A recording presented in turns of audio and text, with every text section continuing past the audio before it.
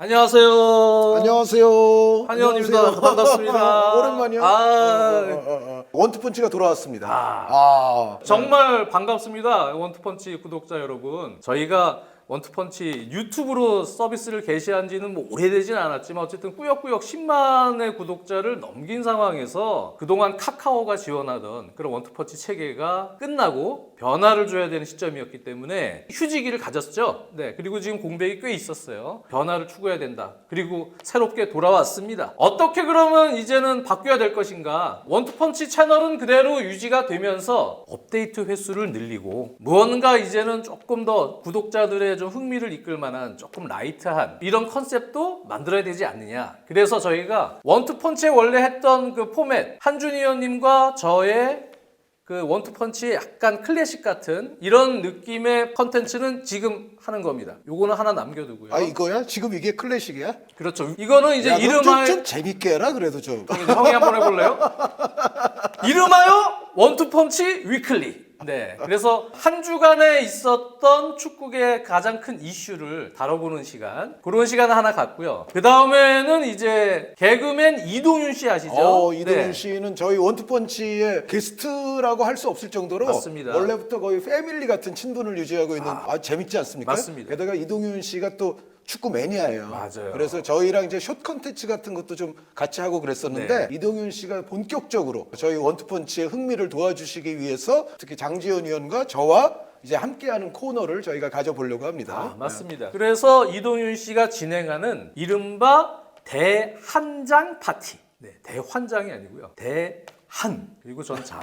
네, 장 파티. 그래서 이슈가 되는 어떤 상황. 축구도 되고 뭐 모든 영역에서 다 마찬가지입니다. 네, 여러분들께서 이제 앞으로 좋은 댓글이나 이제 또 기획을 주시면 네. 저희가 또 어떻게 이동윤, 한준희, 장지현의 대환장 파티에서는 네. 그런 부분을 많이 반영을 할 거고요. 지금 맞아요. 장지현 위원님 말씀하신 것처럼 축구 아니래도 예를 들어 한준희가 프로레슬링을 지지하면 장지현은 프로복싱을 지지할 수도 네. 있고 뭐 그런 얼마든지 이제 그런 주제들을 할 수 있는 거죠. 그런 컨셉의 컨텐츠가 하나 있고요. 그리고 우리가 주중에 이제 유럽 축구나 혹은 뭐 K리그도 마찬가지지만 팬들이 관심을 가질 만한 이슈들이 이틀에 하나씩 또 굵직하게 올라오기도 하고 이렇게 올라옵니다. 그래서 그때 사안에 맞춰서 또 저희가 4명의 전문가를 또 준비하고 있거든요. 그래서 이제 네 분을 소개를 해드리자면 독일 축구 팬들이 대한민국에서 가장 사랑하는 분이 아닐까 싶어요. 뭐 브레멘의 아버지라고 그래서 부버지라는 별명으로도 불리시는 김현민 기자를 저희 원투펀치의 패널로 모셨습니다. 네. 분데스리가의 최고의 전문가 김현민 기자, 한 의원님이 보증하는 최고의 전문가. 그 다음에 최연소 해설위원, 한준희 해설위원님의 뒤를 잇는 형철이, 네, 이명철 위원. 이명철 위원도 저희가 또 모시고요. 네, 이명철 의원은 뭐 별도의 설명이 필요 없을 정도로 네. 요즘 아주 뭐 최고의 스타 플레이어라고 생각이 되고요. 저의 아들이다 뭐 이런 얘기도 있는데 저는 제 아들은 아닙니다. 나이는 뭐 아들이 되기에 충분하죠. 제 아들은 아닌데 어쨌든 앞으로가 더 기대되지만 이미 전성기에 올라 있는. 세 번째 분은 사실 뭐 굳이 설명이 필요 없는 캠핑 좋아하는 라리가 아저씨 우리 송영주 위원. 스페인 축구에 관한 하는 또 엄청난 전문성을 갖고 있다는 거 이런 여러 가지 부분들을 예전부터 굉장히 높게 평가하고 있습니다. 사람이 굉장히 좋죠. 네. 사람 자체가 우리 송영주 위원은 착한 인성을 기본적으로 타고난 친구입니다. 그래서 어쨌든 송영주 위원 모셨고요. 또 한 명은 원투펀치의 뭐 반식구죠. 그렇죠. 게스트 출연은 가장 많이 했다고 보여지죠. 맞습니다. 박찬하 위원. 네. 우리 박찬하 위원이 여러 리그를 왔다 갔다 하면서 중계들을 많이 해서 기본적으로 여러 리그에 대한 바탕이 잘 돼 있는 우리가 어떤 이슈가 있을 때 언제든지 투입 가능한 멀티형 그렇죠. 그러한 해설위원으로서 또 진가가 있겠죠. 원투펀치가 사랑하는 네 분을 모셨다고 봐도 무방해요. 능력, 실력, 여러 가지 인성 이런 것들을 우리는 다 고려를 해서 이 멤버를 추렸다. 그렇게 봐도 무방합니다. 그래서 그런데 실력적으로는 제가 봤을 때 이 정도면 아주 올스타 군단이다. 그렇죠. 매주 이슈가 있을 때마다 누구는 무슨 요일, 누구는 무슨 요일 뭐 그렇게 하는 것보다는 그 이슈에 맞는 또 해설위원들이 번갈아 나올 수도 있어요. 그분들이 이제 진행하는 코너들이 앞으로 계속 소개가 될 예정입니다. 그러니까 많이 좀 기대해 주시고 다시 시작하는 의미에서 이렇게 일단 만들어 놨고요. 그리고 여러분들이 좋은 의견들을 또 많이 남겨주시고 피드백도 받고 저희 스스로도 요거는 요런 방식으로 조금 수정을 해야겠다, 보완을 해야겠다 할 때는 또 과감하게 저희가 제작진들과 또 의견 수렴을 해서 또 변화를 줄 생각이니까요. 이렇게 앞으로 쭉 가는 거예요? 꼭 그렇게만 단정 지을 필요는 없습니다. 저희가 그리고 이제 인사만 하기는 좀 뭐하니까 또 새로운 새 출발을 알린 호가 있죠? 클린스만호. 클린스만호입니다. 네. 저는 사실은 요즘 이제 몇 가지 방송들을 통해서 클린스만호에 관한 얘기를 저는 뭐 할 만큼 많이 했는데 장 의원님은 별로 클린스만호에 대해서 얘기한 방송이나 이런 거는 저기서 했어요. 별로 없는 것 같더라고요. 이스타 TV에 그 뒷담화라고. 그저 술 먹고. 네, 술 먹으면서. 거기 말고는 별로 못 본 것 같아가지고 이왕이면은 오늘 원투펀치 새로운 출발 겸해서 클린스만 감독과 클린스만호에 대해서 장 의원님의 생각이 있으면 한번 이 기회에 말씀해 주시죠. 저는 뭐 그냥 축구 팬의 한 사람으로서 예전에는 그래도 대표팀 오면은 저도 대표팀 성적에 또 많이 집착하는 부분도 있었지만 지금은 감독 선임에 있어서는 사실 미래지향적으로 한국 축구 발전을 위해서 어떤 부분이 좋을지 뭐 그런 부분에 대해서 좀 크게 좀 보려고 하는 성향으로 좀 바뀐 것 같아요. 첫 번째로 그 선임 과정이 좀 논란이 있었잖아요. 그 부분에 대해서는 좀 아쉬움이 있었죠. 뮬러 위원장이 이번에 새로 왔지만 뮬러 위원장이 처음에 했던 인터뷰가 저는 인상이 깊었거든요. 협회와 철학을 공유할 수 있는 감독을 선임을 하겠다. 물론 나의 네트워크 안에도 그런 사람이 포함되어 있다. 라고 얘기를 해서 그럼 협회가 어떤 플랜을 가지고 철학을 계승하기 위한 어떤 과정이 있겠구나. 저는 그러한 기대가 있었어요. 근데 이번에 그런 프로세스들을 보면 전력강화위원회에 계신 분들이 뭐 거의 목소리를 내지 못하고 차두리 실장의 뭐 추천도 있지 않았냐, 정몽규 회장과의 어떤 친분도 있지 않았냐, 뭐 이러한 기사들이 뭐 정확하게 확인을 할 수는 없지만 어쨌든 그런 기사들이 들어오면서 뮬러 위원장은 크게 클린스만 감독과 가까운 그러한 정도의 사이는 아니었던 것으로 보도에서 나오고 있고, 그러다 보니까 이거는 선임위원들의 어떤 프로세스, 조율 과정을 거치지 않고 추천이나 또 협회장의 어떤 기호에 의해서 뽑힌 것 아니냐. 벤투 감독이 어쨌든 우리의 어떤 초기 빌드업에 대한 기초, 토대를 마련했다고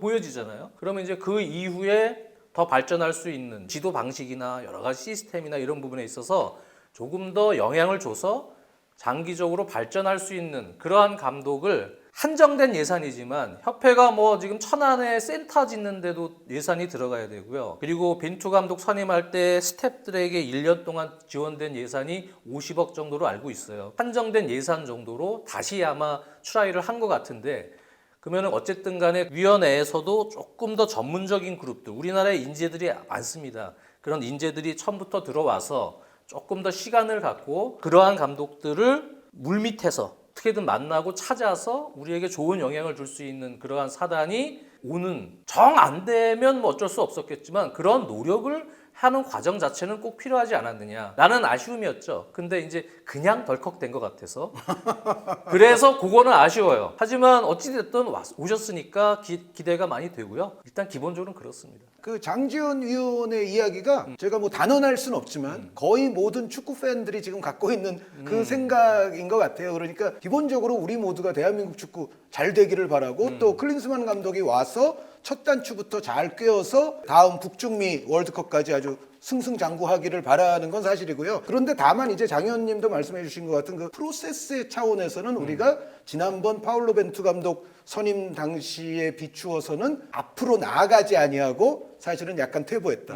그나마 클린스만 감독이 직접 와서 했던 기자회견은 그래도 약간 성공적이었다. 그러니까 확실히 뮬러보다는 말을 잘하더라고요. 인상도 뭐 웃는 얼굴로 계속 소탈하게 이야기를 하니까 클린스만 감독이 사실은 좀 공격적인 질문이 들어왔을 때 그것을 변명을 하거나 뭐 핑계를 대거나 숨기거나 그런 모습이 아니라 그거는 제가 예전에 잘못했었어요. 그런데 앞으로는 그런 잘못을 반복하지 않고 발전적으로 나아갈 거예요. 뭐 이제 계속 그런 식으로 대답을 했잖아요. 그러니까 그 일주일 전에 뮬러 위원장이 했을 때 기자회견에 비하면은 그 이후에는 분위기가 좀 좋아졌고, 거기에 플러스 팬들이 봤을 때 저 정도면 그래도 전문성 있는 코치진으로 우리가 생각할 수 있지 않느냐라는 여론이 또 좀 생겨나면서 자신의 첫 번째 기자회견은 사실 잘 넘어갔어요. 그래서 어떻게 보면은 그 전까지의 좀 비판이나 우려보다는 약간 잦아든 건 사실인데, 카타르 월드컵에서 우리가 성공한 걸 목격했던 국민들의 마음이 아직까지도 지금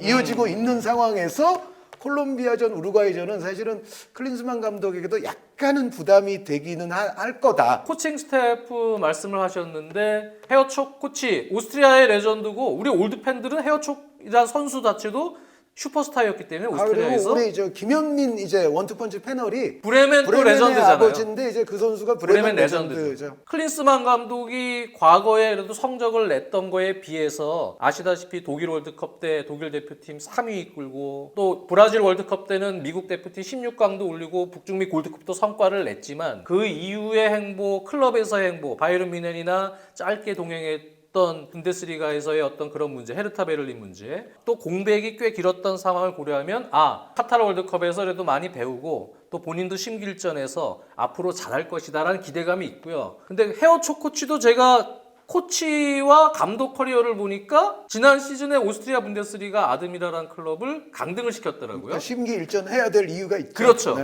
그러니까 이 코치도 선수는 슈퍼스타지만 감독으로서는 그렇게 많이 입지를 낼 수는 없는 현재 커리어를 냈단 말이죠. 네, 물론 이제 이스라엘 국가대표 감독이라는 국대 감독까지 다 올라갔었고, 했었죠. 또 이제 클린스만 감독을 보좌할 당시에 실적이 미국 대표팀에서. 좋은 걸로 이제 평가가 되기는 그렇죠. 했지만, 가장 최근만 보자면 이분도 심기일전 필요한 건 맞습니다. 마찬가지예요. 프로세스를 거치지 않고 들어왔는데 다 어찌 보면 최근에는 실패를 맛본 분들이 들어온 거예요. 억지로 그걸 사실 만든 부분도 있거든요. 실패하셨으니까 이제는 잘하시겠지, 뭔가. 근데 사실 감독 선임을 할 때 그렇게 선임은 안 하잖아요. 우리한테는 그런 논리가 좀 있긴 했죠. 그러니까 영 실패가 없는 분은 사실 여기까지는 안 오신다. 실패가 그래도 좀 특히 근자에 좀 있어야 결국은 대한민국 땅을 밟는다. 뭐 맞습니다. 그런 거는 있긴 있었죠. 네. 그래도 한국에는 마이클 킴 코치하고 그다음에 차두리 실장은 어드바이저로서 역할을 수행을 하니까 두 분은 뭐 상당히 그래도 능력이 있고, 차두리 실장도 축구 얘기를 예전에 브라질 월드컵이나 이런 데서 해보면 상당히 지혜롭고 똑똑한 감독입니다. 네. 네. 현대 축구에 아주 밝으면서 축구관도 굉장히 건전하고, 네. 그리고 상당히 현명하다. 여러 가지 문제를 처리함에 있어서 차두리 실장의 어드바이서 선임은 저는 굉장히 반기는 편이고, 그리고 마이클 김영민 코치 같은 경우에도 현대 축구에 능통할 뿐 아니라 벤투호와의 연속성을 담보하는 데 있어서는 가장 또 중요한 분이다. 벤투호가 그 장기간 동안 해왔던 훈련에 대한 기록 있잖아요. 그분 가지고 있죠. 마이클 킴 코치가 사실은 모두 다 수록해서 맞아요. 갖고 있기 그렇다더라고요. 때문에 클린스만 감독 입장에서는 굉장히 요긴한 어떤 무기로 아마 활용이 되지 않겠나라는 생각이 있어서, 어쨌든 그 두 명의 그 우리나라 사람들 멤버는 뭐 저는 상당히 만족스럽고요.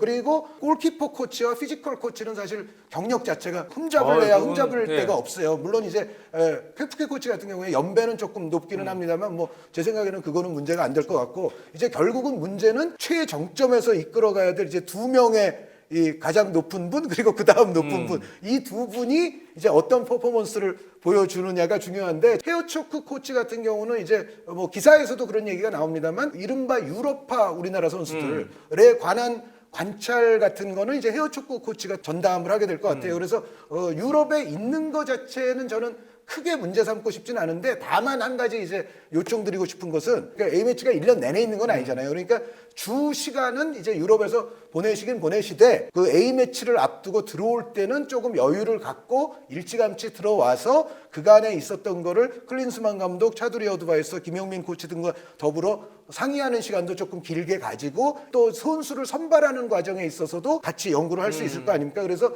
그거를 이제 외국에 사는 거 자체를 저는 문제 삼고 싶진 않지만, 들어오려면 그래도 좀 여유 있게 들어오는 모습을 규칙적으로 좀 보여주는 게 저는 중요하다고 그래. 생각을 해요. 이 나라에 와서 이 나라의 환경을 그래도 느끼면서 체감하는 건 또 그 대표팀을 이끌어가는데 중요한 부분이긴 한데 저도 제 생각에는 그게 더 좋긴 해요. 그렇죠. 저도 이거는 뭐 제 그냥 추측이에요 개인적으로. 이런 방송에서는 할 수 있잖아요. 클린스만 연봉에 회복회하고 이분들까지 해서 다 하면 아마 최재비 얘기하시려는 거죠 지금? 예, 뭐 최재비와 연봉까지 해서 다 하면 아마 예산이 오바되지 않았나. 네, 그 예산 안에서 효율적인 방법으로 찾지 않았나. 뭐 그러한 전 개인적인 추측도 해봅니다. 어찌됐건 그분들이 다 여기서 오래 생활을 하게 되면 돈이 더 들어가는 건 사실이겠죠. 그렇죠. 그런 한정적인 예산에서 협회가 팀을 꾸렸는데 잘 되길 빌고요. 저는 진짜로 한번 지켜보겠습니다. 네, 저는 마지막으로 드리고 싶은 말씀은 간단히 그냥 드릴게요. 이제 콜롬비아전, 우루과이전이 있지 않습니까? 네, 24일, 28일, 28일, 네, 그렇게 울산과 서울에서 네. 열립니다. 제가 봤을 때는 우리 클린스만호가 우루과이는 모르겠어요. 그런데